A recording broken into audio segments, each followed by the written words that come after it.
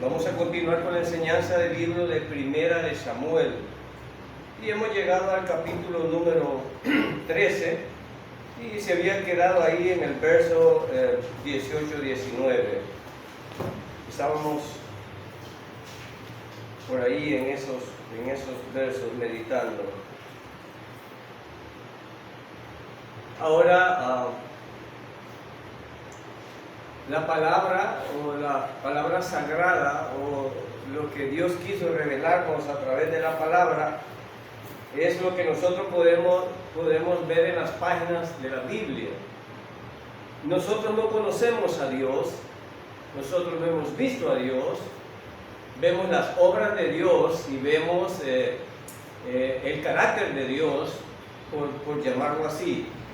De hecho, Dios, la única forma en que lo podemos entender nosotros es humanamente, porque no podríamos entenderlo de otra manera. Y Dios se reveló de esa manera, finalmente, para que el hombre pudiera tener contacto con Dios a través de una forma más real, y es ahí donde nace el Mesías y dice, bueno, lo que ustedes pueden ver de Dios es a Jesús. Y cada vez que Dios intentó comunicarse con el hombre, lo hizo en su lenguaje, lo hizo en sus debilidades y lo hizo en el conocimiento de nunca, en un conocimiento extraordinario que no podamos entender nosotros. Entonces, ¿para qué nos sirve meditar y las enseñanzas que nosotros vemos en las Escrituras? Pues nos sirve para conocer más a Dios, para conocer quién es nuestro Padre. Conocemos cómo actúa Él, cuál es su carácter. Y eso es lo que estamos viendo ahora. Quiero aclarar algunas cosas antes de continuar. Como siempre, pidiéndole al Espíritu Santo que nos guíe a toda verdad, que nos llene y que nos dé la fuerza para poner por obra lo que aprendamos. Porque podemos aprender mucho, pero si no ponemos por obra lo que aprendemos, entonces parece que nos quedamos ahí un poco vacíos. Yeshua dijo que no pone por obra lo que aprende, como el hombre que se mira al espejo y después dice que su rostro no lo reconoce. Pero igual, nosotros por la gracia y el poder del Espíritu Santo es que podemos ir poniendo por obra lo que aprendemos. Ahora que estamos aprendiendo aquí en Samuel, quiero aclarar algunas cosas aquí. Hay un pueblo de Dios y estamos viendo cómo Dios actúa con su pueblo. Estamos viendo cómo Dios se comunica con ese pueblo. Podemos aprender eso. ¿Qué quiere Dios de ese pueblo? Que es el pueblo de Israel. Entonces vemos que Dios estaba guiando a este pueblo, pero de pronto en un momento, dice Samuel, dice, ellos ya no quisieron ser guiados por Dios directamente, sino que quisieron parecerse a las otras naciones, y entonces pidieron un rey. Ahora, cuando pidieron un rey, no significa, quiero aclarar, que el siervo de Dios se jubila. Los siervos de Dios no se jubilan. Los siervos de Dios no se jubilan. Tampoco son líderes, la palabra líder a mí no me gusta usarla. Son siervos de Dios. Son siervos que él usa, profeta, obispo y lo que tú quieras. Pero no se jubilan, ni se retiran. Ni tampoco es cierto que Samuel estaba preparado para retirarse, también eso es falso. Samuel fue sorprendido por un pueblo cuando le dijeron que ya no querían que él continuara, sino que querían que pidieran un rey. Él fue sorprendido. Y Yahvé le contesta, cuando conversa con Yahvé y le dice, pues no te preocupes, no es contra ti la cosa, es contra mí. Entonces era obvio que Samuel no estaba preparado. Número 2, Samuel no dejó de ser el profeta de Israel en ningún momento. Samuel no dejó de ser el profeta, no está jubilado. Samuel muere siendo profeta de Israel. Y lo dice la Escritura. Lo que dejó Samuel de ser es juez del pueblo. Porque pidieron un rey. No porque su mandato terminó, no. Porque pidieron un rey. ¿Verdad? Porque no era la capacidad de Samuel la que hacía gobernar a Israel. Era Dios hablando a través de Samuel. Entonces era eso. Entonces en ese caso aclaro eso. Entonces Samuel sigue siendo el siervo de Dios, sigue siendo el profeta, y la forma de comunicarse con Dios era a través de Samuel. Y la forma de Dios comunicarse a través de su pueblo era a través de Samuel, no a través de Saúl. Vamos claros con eso. Entonces Saúl, también vimos el carácter de Saúl, pero ahora estamos viendo acá que tienen un problema, tienen un conflicto, y vemos a Saúl y vemos a Jonatán. Y vemos a Jonatán. Padre, ¿verdad? Hijo. Pero tenían una forma de actuar diferente ante Dios. Tenían una forma de actuar. El rey era Saúl. Pero él venía cometiendo errores, Saúl. Se arrebataba en tomar decisiones y entonces venía cometiendo errores. Un error que acababa de cometer era querer usurpar, y por eso aclaro que Samuel no se había jubilado. Y uno de los problemas graves que tuvo Saúl, ¿sí?, era hacer las veces de sacerdote, porque no había llegado Samuel. Quiso usurpar, como quien dice, cualquiera hace sacrificio, aquí cualquiera puede ser pastor, aquí cualquiera. No funciona así la situación. Dios había escogido a alguien, y era él. Entonces él, porque no le respondían en su tiempo y desesperado, entonces, bueno, dice, y esta fue la costumbre de las demás naciones, y quizás Saúl por eso se había arruinado. Y es por lo que la iglesia se arruina, por quererse parecer más al mundo, por querer que los jóvenes se sientan en la iglesia como que están en el mundo, para hacerla atractiva. Entonces Saúl tuvo el problema de que en las otras naciones el rey era el semidios, era el sacerdote y era el gobernante, él era todo. Entonces Saúl le había dicho, no pasa nada si yo hago el sacrificio. Él no era. Dios le había permitido lo único, profetizar. ¿Se acuerdan que se revolvió con unos profetas por un momento? Y el Espíritu de Dios estuvo con él, pero hasta ahí, ¿verdad? Pero después de esto comete ese error y ya arrastraba ese error, y Samuel le dice, has actuado locamente. ¿Cuántas veces nosotros, hermanos, hemos actuado locamente? ¿No es cierto? ¿Cuántas veces actuamos en nuestra carne, reaccionamos en nuestra carne, nos olvidamos que somos hijos de Dios, y estamos ahí en ese problema? Estamos ahí en ese problema, ¿verdad? Porque tenemos una lucha con nuestra vida carnal y nuestro espíritu. Entonces, a veces actuamos impulsados por la carne y no por el espíritu. Entonces, cuando nos desesperamos, muchos nos hemos desesperado por enfermedades, por situaciones económicas críticas, por cuestiones de amor, por cuestiones de odio, por lo que tú quieras. Hay cosas que nos desesperan, que nos angustian, y cuando nos vemos angustiados y atrapados, se nos olvida que somos cristianos, que somos hijos de Dios. Se nos olvida que tenemos un Dios todopoderoso, porque es fácil creer cuando las cosas marchan bien, pero cuando las cosas marchan mal, tambaleamos y actuamos locamente como actuó Saúl, arrastrando eso. Entonces llegamos al verso número 19, y en ese párrafo vamos a leer verso 19 en adelante. Vamos a ver. No había herreros en la tierra de Israel en esos días. Los filisteos no les permitían, por miedo a que forjaran espadas y lanzas para los hebreos. Entonces, cada vez que los israelitas necesitaban afilar sus rejas de arado, picos, hachas y hoces, tenían que llevar a un herrero filisteo. Lo que cobraban era lo siguiente: 8 gramos de plata por afilar una reja de arado o un pico, y 4 gramos por afilar una hacha o hacer la punta de una aguijada para bueyes. Por eso, el día de la batalla, nadie del pueblo de Israel tenía espada o lanza, excepto Saúl y Jonatán. Él pasó de Micmas, mientras tanto había sido asegurado por un contingente de ejército filisteo. Tenemos a Saúl y a Jonatán. Los números no son exactos. Lo que voy a aclarar es que el ejército de los filisteos era mayor que el ejército de Israel por número. Y lo más ridículo es que del ejército de Israel solo estaba armado Saúl y Jonathan. ¿Y con qué iban a pelear? Entonces era ridículo que yo tuviera 3.000 hombres, 600 hombres, y yo no tenga con qué pelear, y que solo el rey y el hijo del rey tengan espada.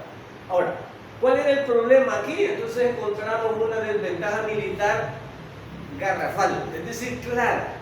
Aquí Dios sabía que no quería que hubiera duda que ellos iban a ganar una batalla por su habilidad militar, o por su poder, o por su estrategia militar. No.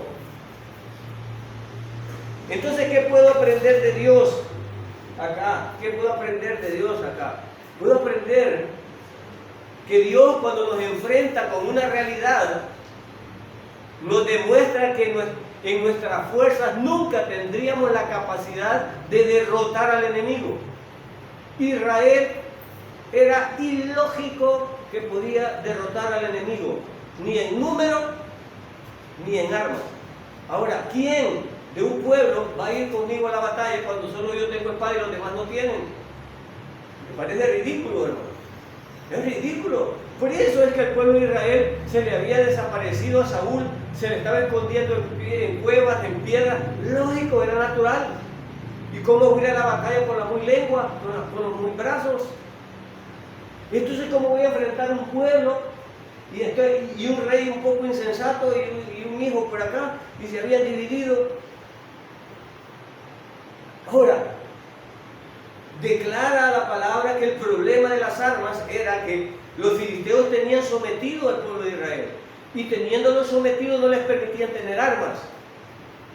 Y si tenían mucho dinero les permitían afilarle los asadones, las piochas, los picos, las palas, pero solo si tenían mucho dinero. Entonces, lo que implicaba que estaban restringidos a tener armas. Entonces, ¿con qué iban a pelear? ¿Con palos? ¿Con piedras? Con eso iban a pelear. Pero ¿cómo se iban a enfrentar? Entonces Saúl se encontraba afligido. Porque tenía un pueblo desarmado, un pueblo en número totalmente menor que el de los filisteos, y entonces me tenían sitiado. Entonces los filisteos se divertían con el pueblo de Israel. No lo consideraban una amenaza, Entonces había totalmente una desventaja militar. Y pasamos al capítulo número 14. Y vemos aquí, vamos a meditar un poco en la actuación de Jonathan, en el capítulo 14 de Primera de Samuel. Cierto día, verso 1 del 14, Jonathan le dijo a su escudero: ven, vamos donde está la avanzada de los filisteos. Pero Jonathan no le dijo a su padre lo que pensaba hacer. Vemos claramente que Jonathan tenía una actitud diferente que Saúl. Y aquí vamos a aprender algo muy importante. Jonathan está tomando una iniciativa militar. Pero este muchacho, ¿de dónde saca esa iniciativa militar? Y tú dirás, bueno, no sé, hermano, si tú no tienes ni idea de lo que es estar en una guerra. Y en una guerra ridícula donde tú no tienes armas para pelear. Ahora, en este verso 1 podemos ver que cada rey, cada príncipe tenía un escudero. ¿Y quién era el escudero? ¿Cómo te lo explico? El escudero era el ayudante, el asistente personal, el ayudante directo de los reyes y de los príncipes. Un escudero era el que acompañaba a los caballeros, el que le buscaba la comida, le ponía la armadura, andaba los caballos, le daba agua. Él es el que le asistía en todo. Ese era un escudero. El escudero no tenía que ser guerrero. A veces era guerrero, a veces no. Pero en este verso número 1 dice: Jonathan se cansó de estar viendo solo a los filisteos y estaban avanzando. Los filisteos estaban tranquilos, estaban acampados. ¿Por qué? Porque Israel era ínfimo para ellos. No era una amenaza. Una amenaza. Entonces ellos tenían sus puestos de avanzada. Un puesto de avanzada, hermanos, militarmente se ponen soldados centinelas donde marcan la línea hasta donde puede llegar el enemigo. ¿Verdad? Hasta ahí puede llegar el enemigo. De ahí para allá hasta el campamento. Entonces Jonathan, hay un límite y a veces son 500 metros, a veces 1 kilómetro, a veces menos, entre un ejército y el otro ejército. A veces hasta se podían platicar, pero no se mataban, ahí estaban en la línea y se decían cosas, pero no pasaban la línea, porque había centinelas allá. Entonces Jonathan se mueve del campamento a esos centinelas. Pero ¿de dónde le sale la idea a este muchacho? Y si ustedes ven el verso 1, dice cierto día, cualquier día de los que estaban sitiados, dice Jonatán le dijo a su escudero, ven, vamos donde está la avanzada, es decir, donde está el puesto límite de los filisteos. Bueno, y este muchacho, ¿con cuántos hombres iba? Mira la palabra, verso 2.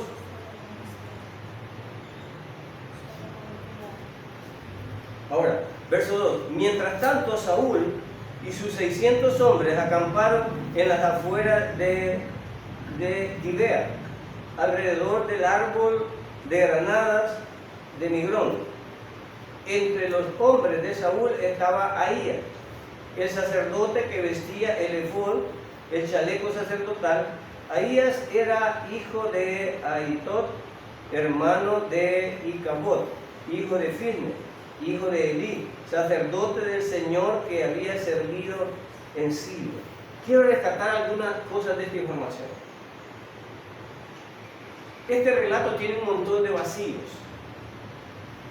Y en la versión griega y en la versión hebrea hay cosas que cambian. Acá dice que andaba un sacerdote descendiente de dónde, de Elí. ¿Y qué había dicho Dios sobre Elí? ¿Qué había dicho Dios sobre Elí y su casa? Que ya no tenían que estar de sacerdote. ¿Y quién no tenía sacerdote? Saúl.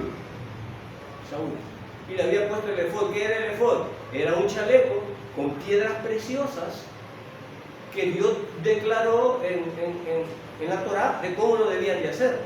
Ahora, la versión griega dice que era el arca de la alianza, pero los historiadores dicen que lo más probable, como manda a llamar al sacerdote, es el efod que llevaba.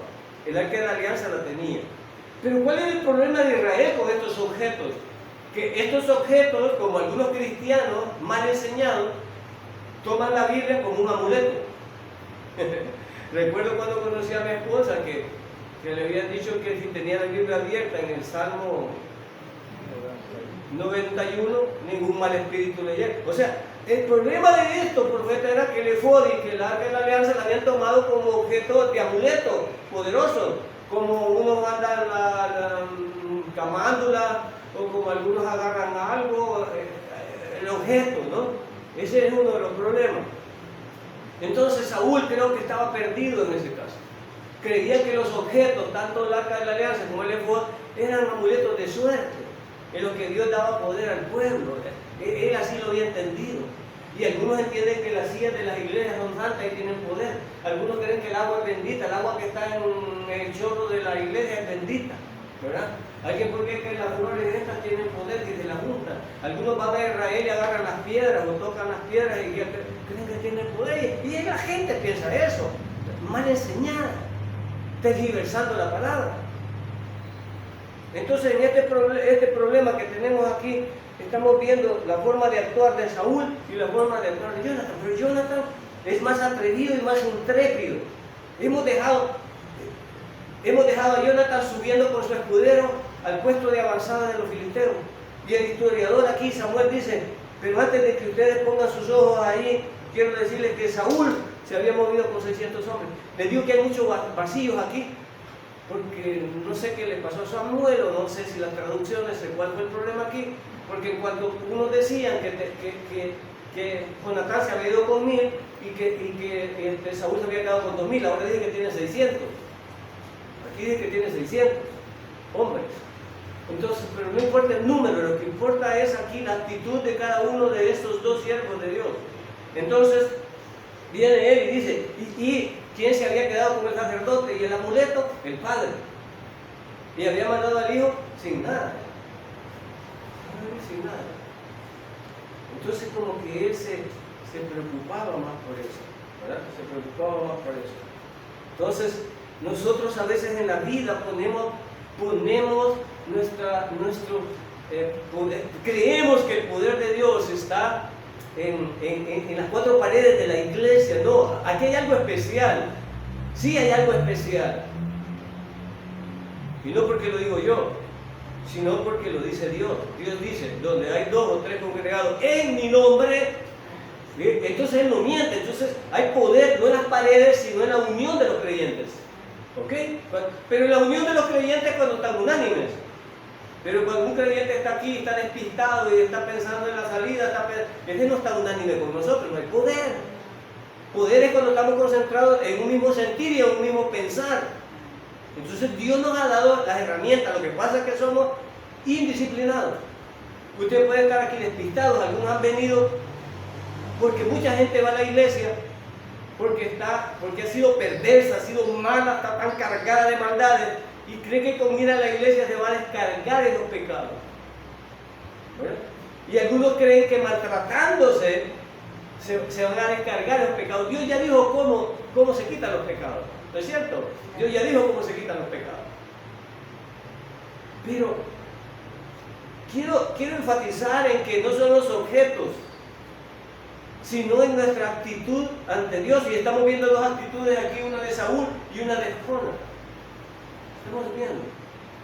El rey estaba con el sacerdote, con el efod puesto, con más hombres, y su hijo le dice al escudero, dos personas, que suban. ¿A qué? Es ridículo, ¿no? ¿Que suban a qué? A atacar a los filisteos. Dos personas.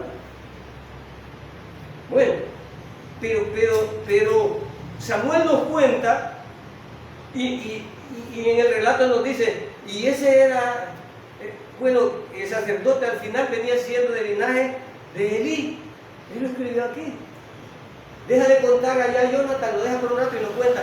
Y en ese tiempo dice, Saúl le tenía esto, papá, y Elí. Pero bueno, si ya les habían dicho ya que de la casa de Elí no debían de tener sacerdotes porque Dios se los había quitado, ¿no es cierto? Dios se los había quitado. ¿Y quién era el sacerdote de Israel? ¿Quién era? Samuel. Pero este Saúl imprudentemente, ya él había hecho de sacerdote haciendo un sacrificio y ahora había puesto otro sacerdote ahí. ¿Por qué? Porque ya Samuel no estaba con él. Entonces hay personas que sustituyen, hay personas que a veces, perdón, voy a ir tratando de rescatar enseñanzas de aquí. No se trata. Ahora, porque si Samuel era el profeta de Dios, y ya dije, los profetas no se jubilan, el profeta de Dios, Dios nunca lo quitó como profeta, siempre habló a través de Samuel, nunca a través de otro.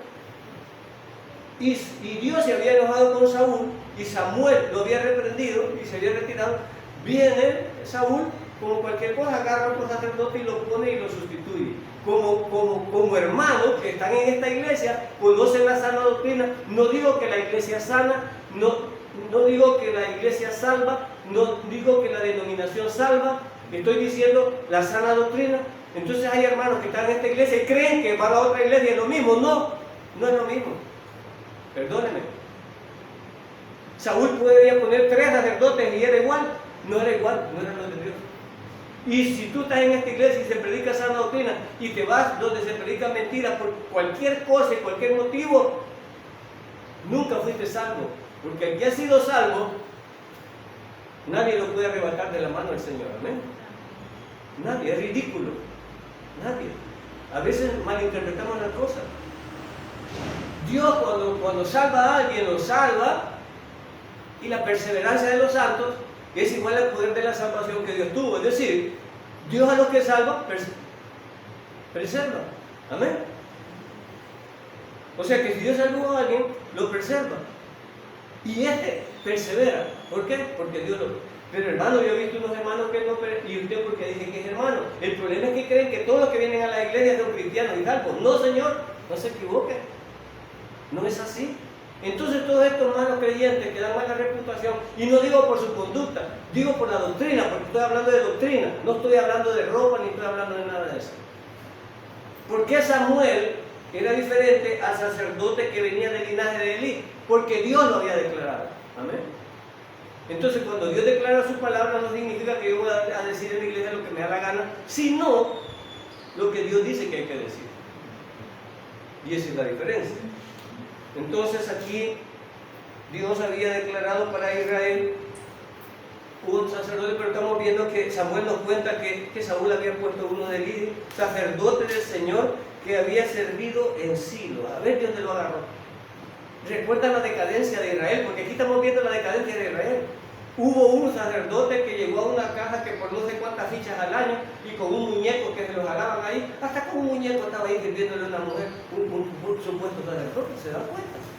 Y así hay pastores y así vemos que enseñamos la palabra tergiversada y solo porque pensamos que cualquiera, y no es así, no funciona de esta manera. Que habrá falsos pastores, falsos sacerdotes, falsos profetas, claro que sí los habrá.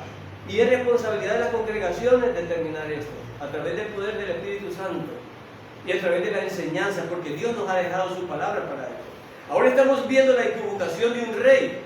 ¿Dios había elegido a este rey? Sí y no. ¿Dios había elegido a este rey? Sí y no. No, porque no era su intención ponerlo, pero se lo dio. Y sí, porque el pueblo lo pidió. El pueblo porque lo pidió y Dios se los admitió. Entonces, en ese sentido, nosotros debemos de tener cuidado que no solo porque son hombres de Dios, ahora estamos viendo la decadencia. Alguien puede decir, Dios eligió a Saúl, sigamos. Pero Saúl los estaba llevando a la desgracia. Se había perdido.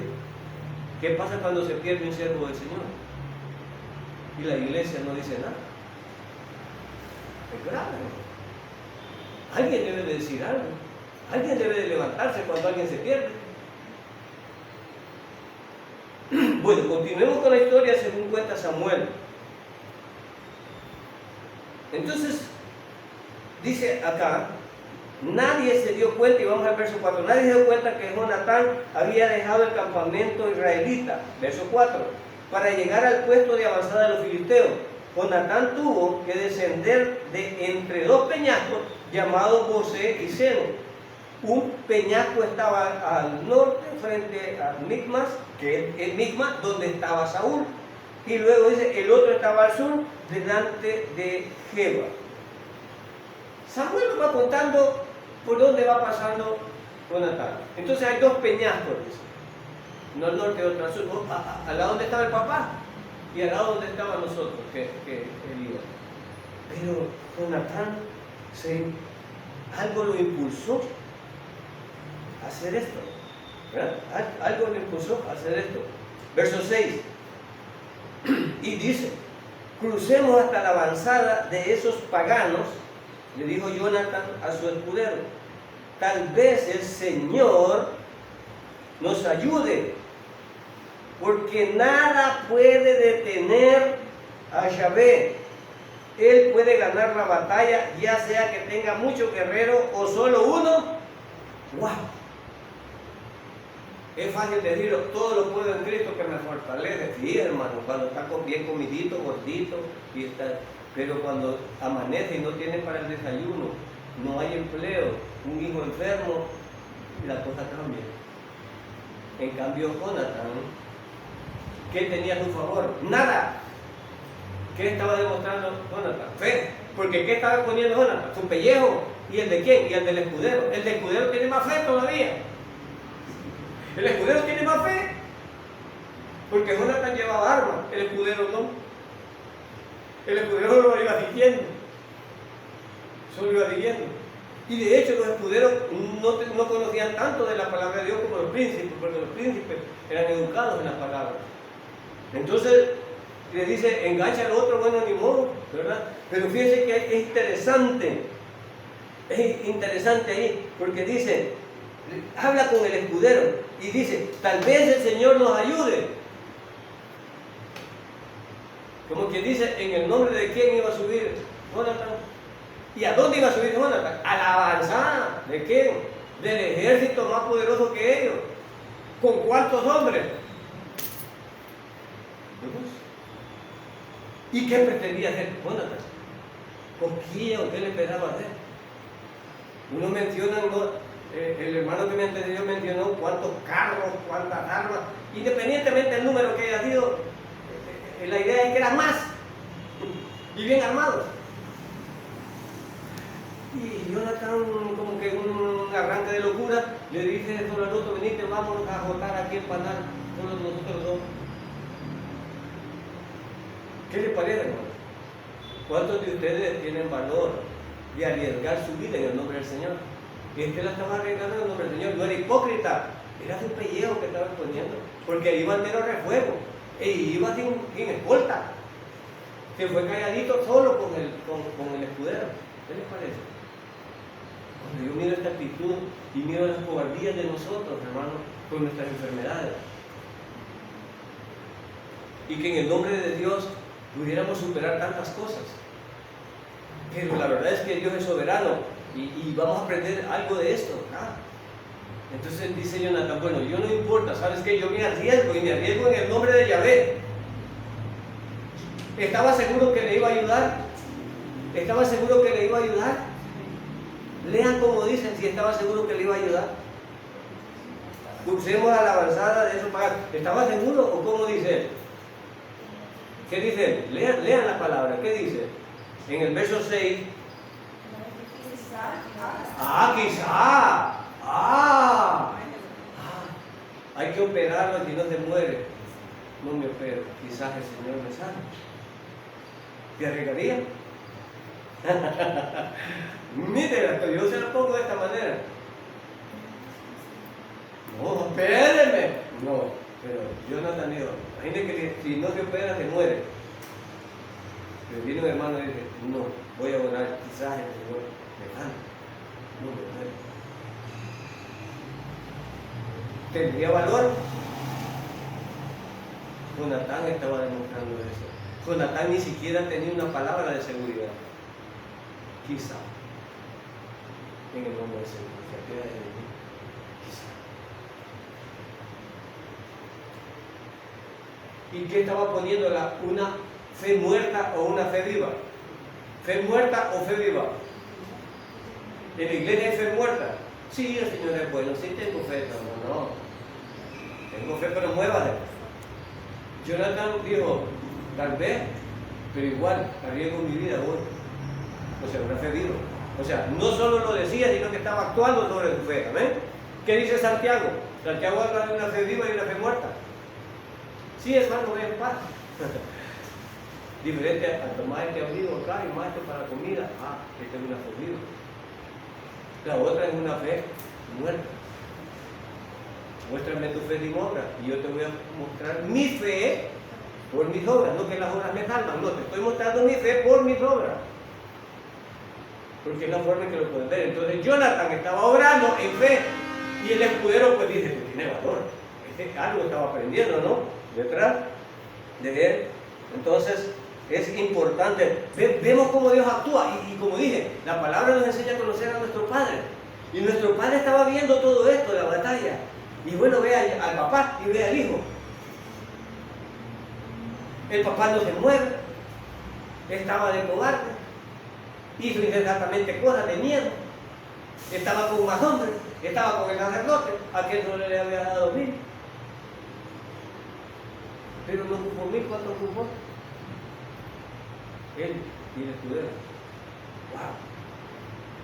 Tal vez el Señor nos ayude, porque la seguridad de Jonatán era: dice, porque nada puede detener al Señor. Él puede ganar la batalla, ya sea que tenga muchos guerreros. O sea que Jonatán entendió que no eran las espadas, que no eran los guerreros, sino que era el Señor el que va a ganar la batalla. ¿Amén? No es la medicina, no es el billete, es el Todopoderoso el que nos va a sacar adelante.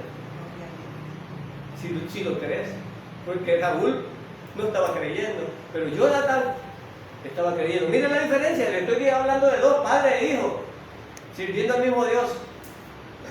En la iglesia todos servimos al mismo Dios, pero tenemos Saúl y tenemos Jonatán en la iglesia. Entonces dice él, porque al Señor no le importa. Jonathan ya había aprendido que el Señor había ganado con nada. Entonces dijimos que militarmente no tenían nadie. Verso 7. Haz lo que mejor te parezca, respondió el escudero. Estoy contigo. Decidas lo que decidas. Ya nos tronó. Entonces dice el escudero.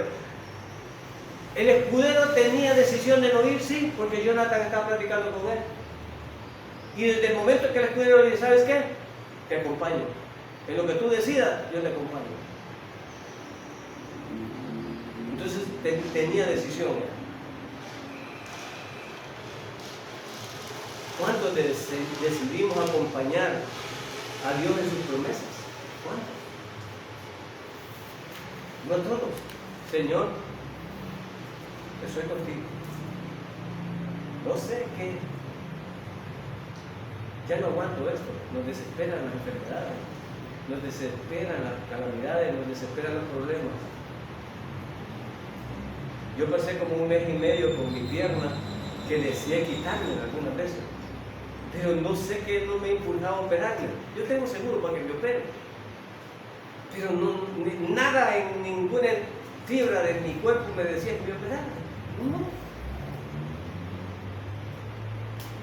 Y en el nombre del Señor, con una medicina que la hermana Elisa me dio y otros, nunca hubo pastilla que me calmara el dolor. No se me ha quitado el dolor, pero lo que le pedí al Señor es que me permitiera movilizarme, que aguantara. Y para honra y gloria de Dios, pues, como dijo Jonathan, el Señor puede. Si quiere y si no, pues igual al final. Pero bueno, entonces Jonathan y el que lo acompañaba creían lo que Jonathan estaba creyendo, porque dijo que sí. Verso 8. Muy bien, le dijo Jonathan, crucemos y dejaremos que nos vean. Si nos dicen, aquí viene algo. Y por eso venimos a los estudios bíblicos, porque tenemos que basarnos en la palabra de Dios. No era así nomás la cosa. Samuel nos cuenta que Jonathan dijo, cruzaremos y dejaremos que nos vean. Si nos dicen, quédense donde están o los mataremos, entonces nos detendremos y nos subiremos hacia ellos. Pero si nos dicen, suban y peleen, entonces subiremos. Esa será la señal del Señor, que nos ayudará a derrotarlo. Gloria a Dios. ¿Cuál es tu señal? No solo es que nos dejemos ir. Padre, si este negocio es para mí, permite que no haya estorbo. Esa será tu señal.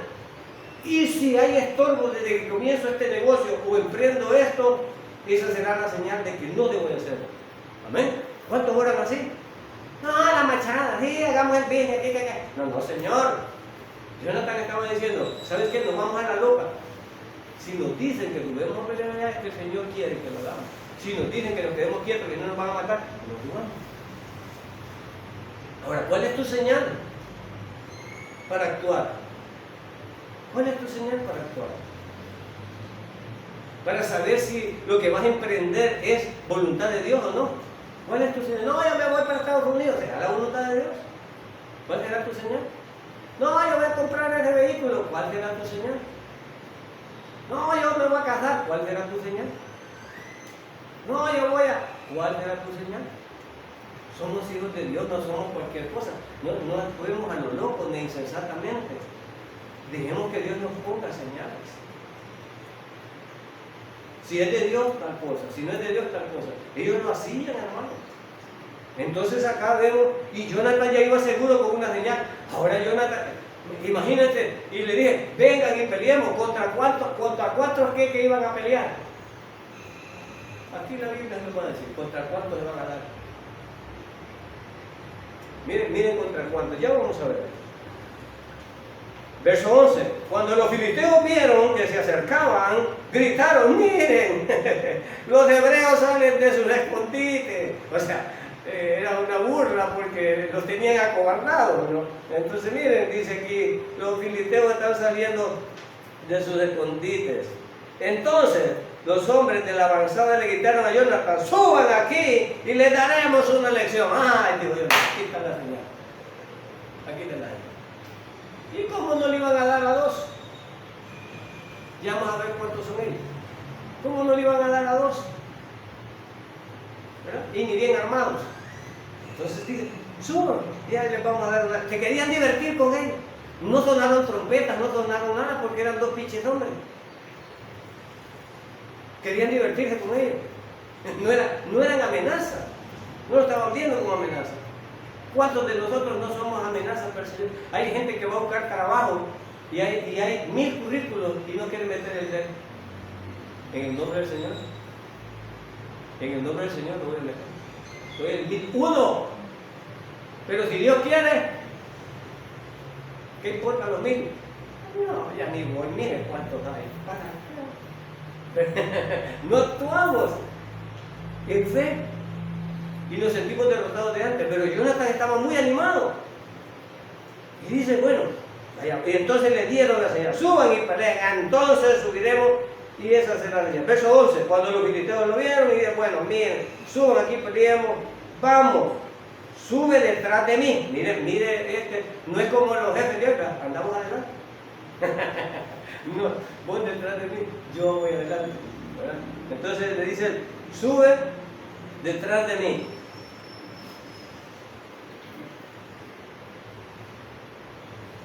Sube detrás de mí.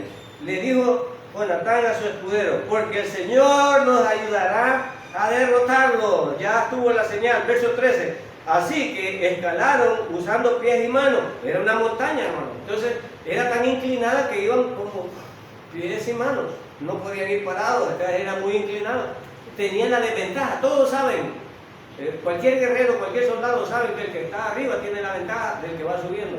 Obvio, que él va cansado, el otro es para abajo, ¿verdad? Entonces Samuel nos describe aquí que ellos iban subiendo ahí, ¿verdad? Entonces dice aquí: sube detrás de mí porque el Señor nos va a ayudar. Verso 13: así que escalaron usando pies y manos, y entonces los filisteos caían ante Jonathan, gloria a Dios, y su escudo mataba a los que venían, y su escudero mataba a los que venían por detrás. O sea, Jonathan los medio malmataba y el escudero se los acababa. ¿Verdad? Entonces dice, o sea, intentaron rodearlos. Vamos a leer ese verso de nuevo para que miren cómo los atacaron los filisteos, tanto a Jonathan como al escudero. Miren lo que dice aquí. Miren aquí. Dice, el verso 13: así que escalaron usando pies y manos. Entonces los filisteos caían ante Jonatán, y su escudero mataba a los que venían por detrás. Es decir, que solo eran dos hombres, y habiendo dos hombres, los atacaron unos por delante y otros por detrás. Mataron a unos, ¿cuántos eran? Les dije que le iba a decir el número. Mataron a unos 20 hombres en total, y sus cuerpos quedaron dispersos en un espacio de 1/4 de hectárea. En la Reina Valera no aclara esto, pero todos sabemos cuánto es 1/4 de hectárea, pero que es una hectárea. Entonces la cuarta parte. Quedaron repartidos 20 cuerpos. ¿20 contra cuánto? Contra 2. Pero eso no es nada. Esto no es nada todavía. O sea, Jonathan con fe, con mucho arrojo sube. Su escudero al igual los atacaron. Imagínense 10 hombres para el escudero y 10 para Jonathan. Uno detrás y otro por delante. Y ellos dejaron 20 cuerpos esparcidos en la cuarta parte de una hectárea. ¡Wow! Pero eso no es nada. El efecto que Jonathan iba a causar, o Jonathan, es lo que creía que Dios iba a hacer. Y vean lo que pasa aquí. Verso 15. De repente, el ejército de los filisteos se llenó de pánico. Aquí viene el efecto. Se llenó de pánico. ¿Cuántos provocaron este pánico, hermano? ¿Cuántas personas? Esto es, gloria a Dios. Estamos conociendo a nuestro Padre. Este es nuestro Padre. Este es nuestro Padre. Y esta es la forma en que actúa algunas veces. Te das cuenta, pero no actúa con los cobardes. No actúa con la gente sentada. Vamos, le digo Jonathan. Vamos a subir ahí, nosotros dos. Cualquier otro padre. Que nosotros dos vamos a ir contra eso. Bueno, y se quiebran 20. Pero como les digo, no es nada, sino que un ejército de 6,000 acampados, después de ver a 20 cuerpos esparcidos. Y es aquí donde el Espíritu Santo del Señor actúa, debilitando al enemigo. Algunas veces he orado yo, Señor, quiebra las voluntades de esta gente, por favor. Amén. No soy yo, pero Dios manipula a cualquier incircunciso, a cualquier impío, Dios lo puede usar para tu bien. Amén. Quebranta la voluntad de este doctor a mi favor, que quiera que vea, que me ayude. ¿Quién estaba haciendo loco a los filisteos? ¿Era Jonathan y el escudero? No. ¿Quién era? Era Dios. O sea, y mire lo que causa aquí. Dice aquí, de repente el ejército de los filisteos se llenó de pánico, tanto los que estaban en el campamento como los que estaban en el campo, hasta las avanzadas y los destacamentos de asalto. Y en ese preciso momento hubo, wow, hubo un terremoto y todos quedaron, ¿qué? Ya están matando a los de las avanzadas, ¿cuántos cayeron? 20. Y wow, se nos vinieron encima los israelitas. Se nos vinieron encima los israelitas. ¿Y cuántos iban? Pero con el terremoto, ¿qué podían creer ellos, hermano? Se perdieron. Se perdieron. Este es nuestro Dios. Ese es el poder del Señor. Demostrándole a su pueblo rebelde, a un pueblo que lo había despreciado, que había pedido un rey. Un pueblo que ya no quería que lo gobernara. Pero Dios seguía amándolos, seguía sustentándolos. Y ahorita acabamos de ver esto extraordinario. Entonces Dios puede cambiar las cosas a mi favor, aunque estén en contra. Puede haber todo encima de mí y creer que estoy aplastado. Pero si el Señor no quiere, no será. No será. No será. Pero eso si lo puedes creer. Saúl no estaba en esto. Pero vamos a ver la actitud de Saúl ahora que su hijo ha hecho esto. Y vamos a ver otros grandes problemas que Saúl estaba causando, ¿verdad? Veamos el verso 16. Entonces los centinelas de Saúl en Gibea de Benjamín vieron algo muy extraño, y el inmenso ejército filisteo comenzó a dispersarse en todas direcciones. Verso 17. Pasen lista y averigüen quién falta, ordenó Saúl. Y cuando hicieron el recuento, descubrieron que Jonatán y su escudero no estaban. Entonces Saúl estaba tranquilo, mira esto, averigua, y solo quien hizo este sacudión de este ejército, y solo eran 2 personas. Y bueno, y Saúl, mira, él es el rey, él es el que debía de actuar, porque era el rey, él era el ungido de Dios en ese momento, pero lo hizo su hijo. Y entonces él pregunta, ¿y quién anda alborotando a los filisteos? ¿Quién los anda alborotando? Y dicen, bueno, solo nos matan 2, y es Jonatán y su escudero. Wow, y no estaban. Verso 18. Entonces Saúl les gritó a Ahías, traer, miren este hombre como está aquí. En algunas traducciones dice el arca de la alianza, pero aquí traer el efod aquí, pues es tiempo. En ese tiempo Ahías llevaba puesto el efod delante de los israelitas. Pero mientras Saúl hablaba con el sacerdote, la confusión en el campamento de los filisteos era cada vez más fuerte. Entonces Saúl le dijo al sacerdote, no importa. Ya no quiero ni el amuleto ni nada. Porque Saúl, el problema que tenía Saúl es que no iba a participar de la derrota de los filisteos.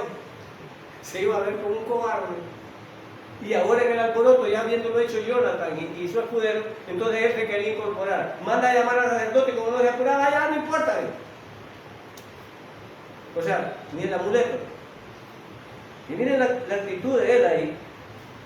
Entonces dice, no importa, vámonos ya. O sea, ni siquiera el rito. Verso 20. Enseguida, Saúl y sus hombres corrieron a la batalla y encontraron que los filisteos estaban matando de unos a otros. Había una terrible confusión en todas partes. A unos hebreos que anteriormente se habían unido al ejército filisteo, se rebelaron y se unieron a Saúl y a Jonathan. y al resto de los israelitas. De igual manera, los hombres de Israel que estaban escondidos en la zona montañosa de Efraín, cuando vieron que los filisteos huían, se unieron a la persecución. Así que en ese día el Señor salvó a Israel y la recia batalla se extendió aún más allá de Bet-Aven. Hermanos, vemos que cuando ya alguien ha hecho lo peor o lo más difícil, todos quieren unirse. Hasta los traidores, ya habían israelitas traidores con los filisteos. Pero ahora que ven que Dios estaba actuando, ¿qué hicieron ellos? Empezaron, ¿verdad? Y esto nos pasa, hermanos. Esto nos pasa. Mucha gente viene a la iglesia porque ve milagros. Mucha gente viene a la iglesia porque quiere protección, porque tiene miedo. Es igual que estos israelitas, que cuando ven un beneficio, ahora que ven que Jehová está, antes de eso no actuaba ni Saúl, ni todos los miles de hombres israelitas. Pero cuando Jonatán y su escudero, en el nombre del Señor y su fe, mueven, empezaron ellos a unirse, como quien dice, a participar de la batalla. Y es obvio que después iban a decir que ellos, ¿verdad?, habían ganado la batalla contra los filisteos, pero lo que querían no aparecer como cobardes. ¿Dónde estaban los israelitas? Escondidos en peñascos y en cuevas. ¿Dónde estaban los israelitas? Traidores, para que no los mataran y habían unido a los filisteos. Pero cuando vieron actuar al Señor Todopoderoso, entonces ellos se unieron. Ahora, ¿qué puedo aprender de mi Señor? Del carácter de cómo Dios actúa. Estoy viendo un Dios todopoderoso ayudando a un pueblo desagradecido. Estoy viendo un Dios poderoso ayudando a un rey que no daba una, a un rey que estaba en decadencia. Y vamos a ver algo peor. Por eso es que Dios es soberano. Yo estoy convencido, y muchos falsos maestros enseñan cosas inadecuadas en las iglesias, porque vamos a ver cómo Dios soberanamente actúa, y no porque se lo merezcan. ¿Se lo merecía Saúl?